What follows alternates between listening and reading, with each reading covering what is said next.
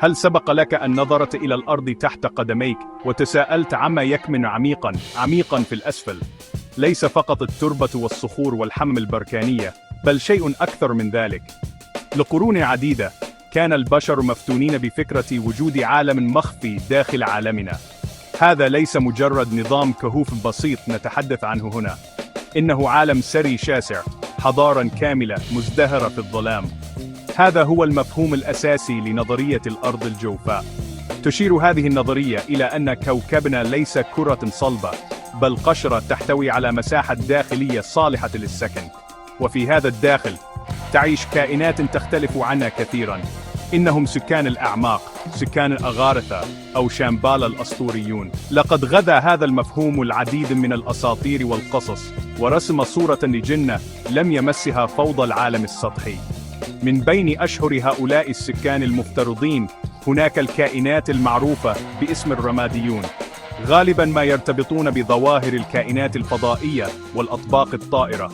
لكن العديد من الروايات تضع أصولهم ليس في النجوم البعيدة، بل هنا تحت أقدامنا مباشرة. يوصفون بأنهم كائنات صغيرة الحجم، بشرتهم رمادية، وعيونهم كبيرة سوداء على شكل لوز، ورؤوسهم ضخمة تحتوي على عقول قوية.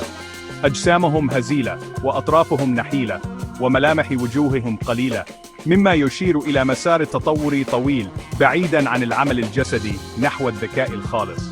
وغالباً ما يصور هؤلاء المخلوقون كعلماء ومراقبين، وأحياناً مختطفين. إنهم المراقبون الصامتون من الأسفل، الشخصيات الغامضة في قلب الفولكلور الحديث، يطمسون الخط الفاصل بين الأسطورة تحت الأرض ونظريات المؤامرة حول الكائنات الفضائية. وتتحدث روايات أخرى ليس عن الرماديين، بل عن أعراق أقدم وأكثر غموضة. تصف بعض الأساطير حضارة من البشر المتقدمين جدا، أحفاد حضارات قديمة مثل الأطنطيين أو الليموريين، الذين لجأوا إلى باطن الأرض هربا من الكوارث السطحية. وغالبا ما يصور هؤلاء بأنهم حكماء أو أوصياء على المعرفة القديمة، يمتلكون تقنيات تفوق ما لدينا بكثير. يعيشون في مدن رائعة مضاءة بشمس مركزية، نجمة صغيرة معلقة في قلب الأرض. مجتمعهم مجتمع متناغم تماما، في تناقض صارخ مع الحروب والصراعات التي يعاني منها سكان السطح. إنهم حفظة الأسرار، وسادة عالم لا نستطيع إلا أن نحلم به. ينتظرون اليوم الذي يصبح فيه البشر مستعدين لتلقي حكمتهم. فمن أين جاءت هذه الأفكار أصلاً؟ إنها مزيج رائع من الأساطير القديمة والمعتقدات الروحية والتكهنات العلمية المبكرة. ثقافات من جميع أنحاء العالم، من البوذية التبتية إلى الأساطير الإسكندنافية، لديها قصص عن مداخل إلى عالم سفلي أو مملكة مخفية. مفهوم هاديس في اليونان، وسفارة الفاهاين موطن الأقزام السود في الأساطير الإسكندنافية، والمملكة الخفية شامبالا في البوذية، كلها تعكس هذا الموضوع. في القرن السابع عشر اقترح الفلكي إدموند هالي أن الأرض قد تتكون من قشور متراكبة، كل واحدة منها قابلة للسكن. هذا الفضول العلمي إلى جانب رغبتنا البشرية الفطرية في استكشاف المجهول، خلق التربة الخصبة لأسطورة الكائنات التي تعيش في جوف الأرض، والتي لا تزال تأثر مخيلة الناس حتى اليوم. إذا كان هناك عالم مخفي فعلا تحت أقدامنا، فالسؤال المنطقي هو: أين الأبواب؟ مؤيدو نظرية الأرض الجوفاء لا يعتقدون فقط بوجودها، بل يزعمون أنهم رسموا خرائط لمداخلها. هذه ليست مجرد فتحات كهوف عادية، بل بوابات عظيمة، وغالبا ما تكون متخفية تؤدي إلى عالم أغارث تحت الأرض. أشهر هذه البوابات المزعومة تقع عند قطبي الأرض. الأميرال ريتشارد بيرد، ضابط البحرية الأمريكية الرائد ومستكشف المناطق القطبية، أصبح رمزاً غير مقصود لهذه النظرية. يدعي المؤمنون أنه خلال رحلاته فوق القطبين الشمالي والجنوبي في الأربعينيات والخمسينيات، اكتشف فتحات ضخمة وحلقة داخل جوف الأرض، موثقاً أرضاً خضراء خصبة يسكنها كائنات متقدمة. بعيداً عن القطبين، تمتد خريطة المداخل المزعومة حول العالم، وغالبا ما تمس أماكن يكتنفها الغموض والأهمية الروحية. جبال الهيمالايا التي طالما أثارت الإعجاب والرهبة تحتل مركزا في هذه المعتقدات. في التقاليد التبتية والهندية يقال إن هناك وديانا وكهوفا سرية تؤدي إلى مملكة شامبالا الأسطورية. يعتقد أن هذه الأرض الخفية مستودع للحكمة القديمة، ولا يمكن الوصول إليها إلا للأنقياء في القلب. وبالمثل يعتبر جبل شاستا في شمال كاليفورنيا موقعا مقدسا وبوابة حسب اعتقاد الكثيرين. تتحدث الأساطير عن مدينة تدعى تيلوس عميقا داخل الجبل، يسكنها أحفاد قارة ليموريا المفقودة الذين يعيشون في مجتمع فائق التقنية، ويظهرون أحيانا للتواصل مع سكان السطح. يمتد البحث عن هذه البوابات إلى مواقع غامضة أخرى حول العالم. هرم الجيزة في مصر بغرفه الخفية وبنائه الغامض غالبا ما يشار إليه كنقطة وصول محتملة. يقترح بعض المنظرين أن الهرم ليس مجرد قبر، بل جهاز معقد أو علامة مرتبطة بالطاقة الكونية وشبكة من الأنفاق تحت الأرض.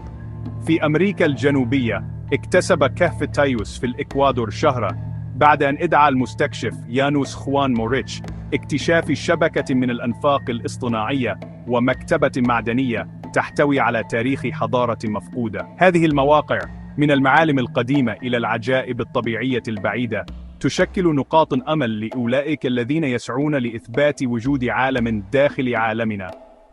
فكيف يمكن للمرء الوصول إلى هذه البوابات المزعومة؟ الطرق الموصوفة متنوعة بقدر تنوع المواقع نفسها. تشير بعض القصص إلى أن فتحات القطبين واسعة بما يكفي للطائرات كي تمر من خلالها، كما يزعم أن بيرد فعل ذلك. قد تتطلب بعض المداخل تردداً روحياً معيناً أو حالة وعي مرتفعة لتصبح مرئية وقابلة للوصول، مما يجعلها مستحيلة على غير المستعدين أو غير المستحقين. بينما يقال إن مداخل الأخرى أبواب مادية مخفية خلف الشلالات أو داخل أنظمة كهوف نائية أو في قاع بحيرات عميقة، وتحرسها حواجز طبيعية أو تقنيات متقدمة لسكان الأرض الداخلية. يبدو أن الرحلة ليست جسدية فقط، بل هي اختبار للإرادة والإيمان، وربما شيء من الحظ أيضا. نسيج أسطورة الأرض الجوفاء منسوج بخيوط الشهادات الشخصية والروايات المزعومة من شهود عيان.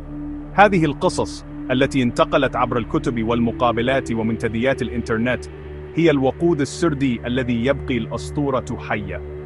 واحدة من أكثر القصص الأساسية تأتي من بحار نرويجي يدعى أولاف يانسن، كما وردت في كتاب الإله الدخاني عام 1908. وفقا للقصة، أبحر يانسن ووالده بقاربهما الصغير عبر مدخل إلى باطن الأرض عند القطب الشمالي. قضيا هناك عامين في مجتمع يوتوبي يسكنه عمالقة يبلغ طولهم 12 قدما، وصفا عالما مضاء بشمس مركزية دخانية، حيث يسود السلام والمعرفة المتقدمة في تناقض جميل مع العالم الذي تركاه خلفهما. شخصية أخرى بارزة في هذا الموروث رجل استخدم الاسم المستعار الدكتور ريموند برنارد. في كتابه الأرض الجوفاء الذي نشر في ستينيات القرن الماضي، جمع روايات تاريخية ونظريات مختلفة، بما في ذلك قصة الأميرال بيرد. ادعى برنارد أن بيرد لم يمت بسبب مرض في القلب، بل تم إسكاته من قبل الحكومة لمنع الحقيقة حول اكتشافه القطبي من الانتشار.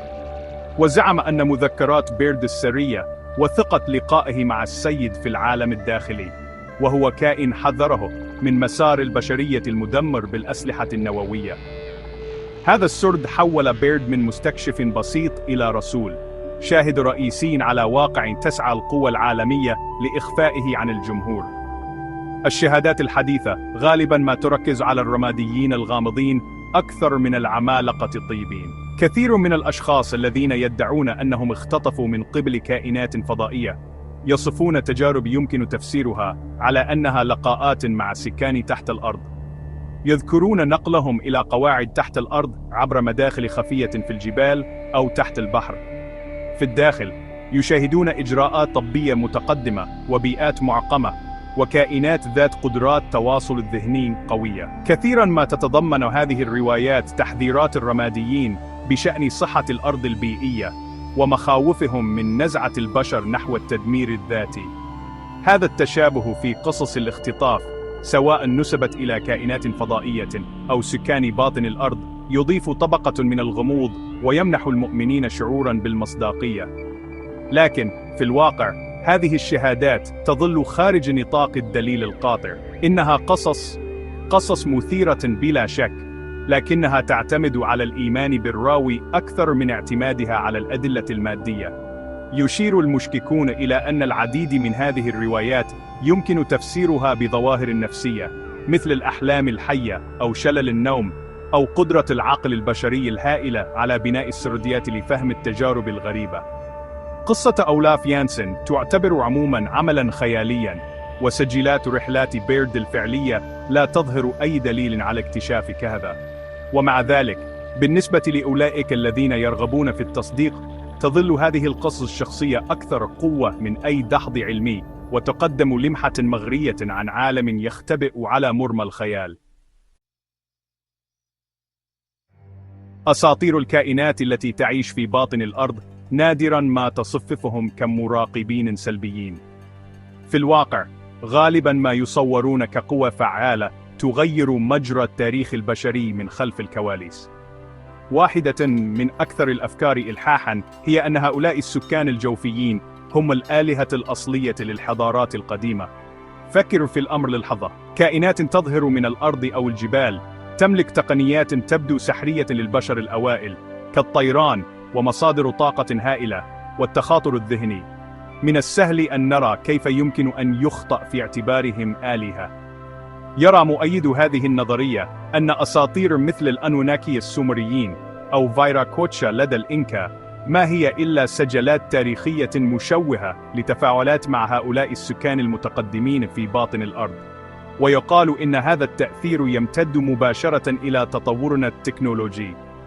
من أين حصل البشر فجأة على الإلهام للزراعة والهندسة المعمارية والفلك؟ بحسب بعض المنظرين، هذه المعرفة كانت هدية لنا. الكائنات الجوفية، باعتبارهم معلمين كونيين، ربما شاركوا حكمتهم بشكل انتقائي مع المجتمعات البشرية الناشئة لإطلاق شرارة تطورنا الثقافي. غالباً ما يستشهد ببناء هياكل ضخمة مثل ستونهنج أو الأهرامات وبدقتها الفلكية كدليل على هذا التأثير. كيف تمكن أناس بدائيون من تحقيق مثل هذه الإنجازات الهندسية؟ الجواب البسيط بالنسبة للمؤمنين أنهم لم يفعلوها وحدهم. لقد تلقوا المساعدة من حضارة مقدمة تعيش تحت أقدامهم، أساتذة العلم والهندسة الحقيقيون. علاوة على ذلك، يقال إن تأثير هؤلاء الكائنات مستمر حتى عصرنا الحديث، خاصة في مجال التكنولوجيا المتقدمة والهامشية. تطوير الأطباق الطائرة أو الأجسام الطائرة المجهولة عنصر أساسي في هذا التصور. بينما ينظر الكثيرون إلى النجوم بحثاً عن أصل هذه المركبات، يقترح مؤيد نظرية الأرض الجوفاء تفسيراً أرضياً. فهم يجادلون بأن هذه المركبات ليست من كواكب أخرى، بل تصنع في قواعد سرية تحت الأرض. وتعرض تقارير عن رؤية أجسام طائرة تدخل أو تخرج من الجبال أو البراكين أو المسطحات المائية كدليل على هذا الأصل الجوفي. ويعتقد أن التكنولوجيا، بما في ذلك الدفع المضاد للجاذبية والطيران الصامت، مشتقة من فيزياء متقدمة يفهمها سكان باطن الأرض، وهي علوم لم نبدأ بعد في استيعابها. الهدف النهائي لهذا التدخل في كثير من الأحيان يصور بأنه خير وإن كان غامضا. الكائنات الجوفية، سواء كانوا اللموريين القدماء أو الرماديين العلميين، ينظر إليهم كحماة للكوكب، فهم يدركون التوازن الدقيق للنظام البيئي العالمي بطريقة لا يدركها البشر على السطح.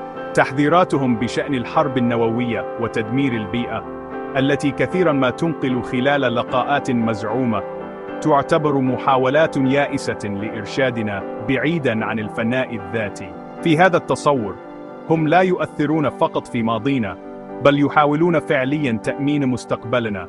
يعملون كأوصياء صامتين للكوكب، على أمل أن نتعلم يوما ما أن نكون سكانا مسؤولين لعالم السطح. بينما تصور بعض الروايات سكان باطن الأرض كمرشدين طيبين، تأخذ روايات أخرى منحى أكثر الظلمة وتغوص عميقا في عالم نظريات المؤامرة. في هذه النسخ من القصة لا يكتفي الكائنات بالتأثير على البشرية، بل يسيطرون عليها فعليا. تقوم هذه الفكرة على وجود حكومة ظل أو نخبة سرية تدير العالم حقا، لكن هذه النخبة لا تتكون فقط من بشر أقوياء، إنها شراكة، تحالف غير مقدس بين مجموعة مختارة من النخبة البشرية وكائنات جوفية متقدمة، غالبا ما يشار إليها بالرماديين. الهدف من هذا التحالف حسب النظرية هو السيطرة التامة على سكان السطح من خلال التلاعب والتحكم. تفاصيل هذه السيطرة المزعومة معقدة وخبيثة.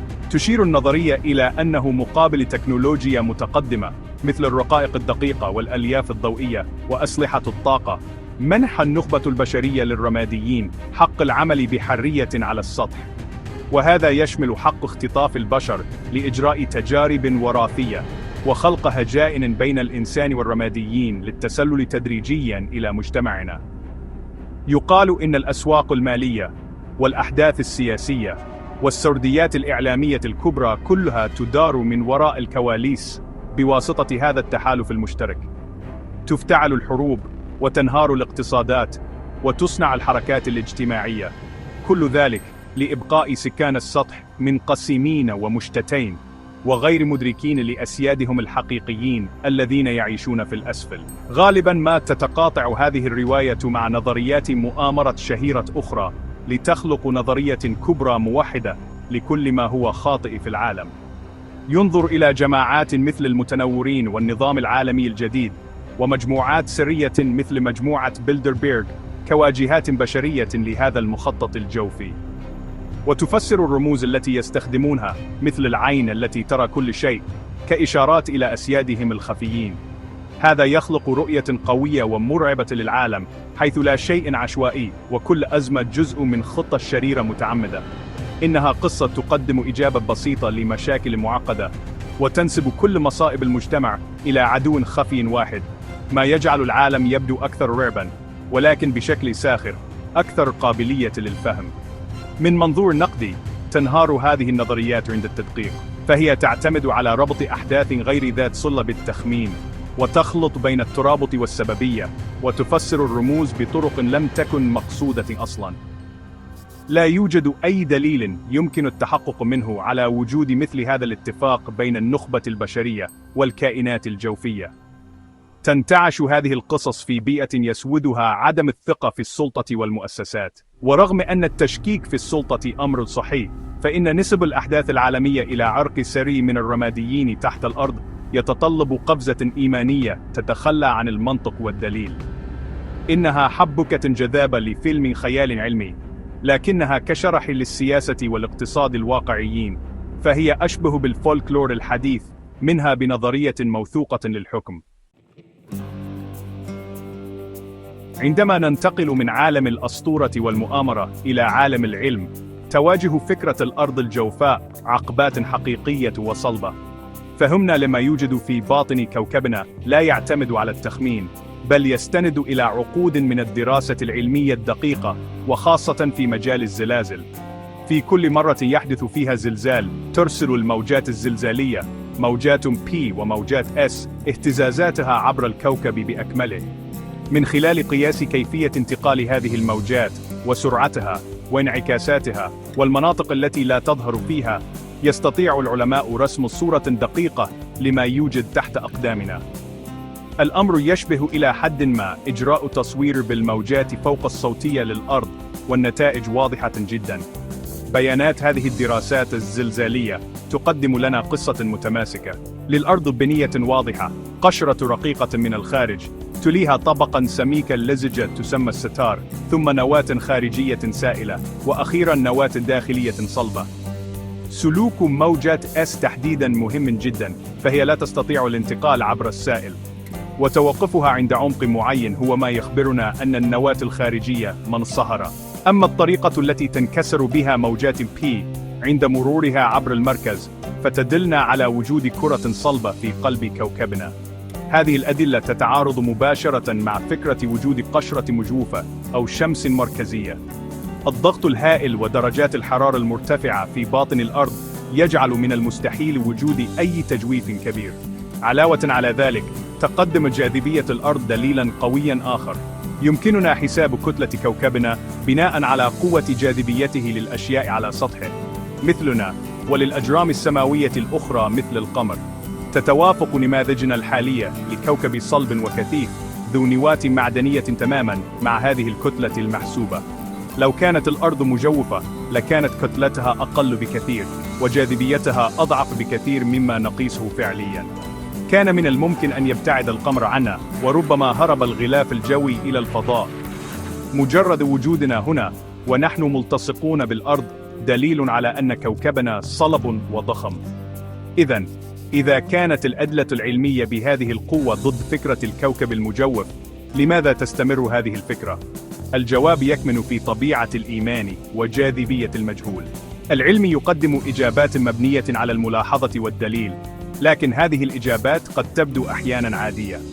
فكرة وجود عالم سري وحضارة مخفية وكائنات متقدمة تمنحنا إحساساً بالدهشة والغموض لا يمكن أن يوفره رسم بياني بسيط لنواة صلبة.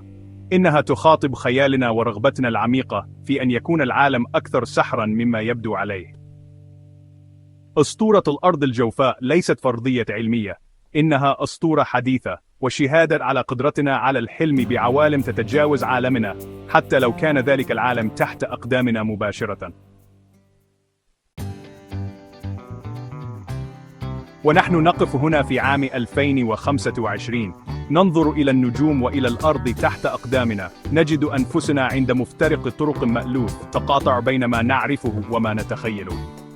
قصة الرماديين وسكان الأرض الجوفاء رواية قوية ودائمة. إنها ملحمة كونية فيها كل شيء: الغموض والتكنولوجيا المتقدمة والحكماء الحمى والمؤامرات الغامضة. تأخذ آخر حدود غير مكتشفة في كوكبنا وتملؤها بكائنات تعكس أعظم آمالنا وأعمق مخاوفنا. هذه الحكايات ليست عن ما قد يكون مختبئا في الأعماق فقط، بل هي أيضا مرآة تعكس إنسانيتنا وقلقنا على المستقبل ورغبتنا في الخلاص أو المعنى. النقد الموضوعي يتطلب منا أن نفصل بين الخيال الجذاب والحقائق الصلبة. الأدلة العلمية من الجيولوجيا والفيزياء والفلك تقدم لنا نموذجاً موحداً وقوياً للأرض الصلبة. لا توجد كهوف ضخمة صالحة للحياة، ولا شمس مركزية، ولا فتحات قطبية. قوانين الفيزياء كما نفهمها، خاصة فيما يتعلق بالجاذبية والضغط، تجعل من الكوكب المجوف أمراً مستحيلاً. وبالمثل، فإن قصص اللقاءات والاتفاقيات السرية ورواد الفضاء القدماء تفتقر إلى أي دليل تجريبي يمكن التحقق منه.